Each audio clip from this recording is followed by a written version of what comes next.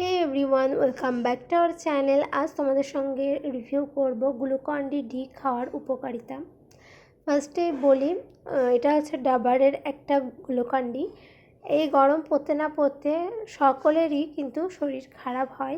অনেকজনের শরীর পানি কম থাকায় কিন্তু শরীরের এনার্জি পাওয়া যায় না, কিন্তু এই গ্লুকন-ডিতে আছে প্রচুর এনার্জি, যেতে রোদ গরমে যাওয়ার আগে বা রোদ গরম থেকে এসে তোমরা যদি এই গ্লুকন-ডিটা একটু জলে গুলে খেতে পারো, বিশাল উপকার হবে।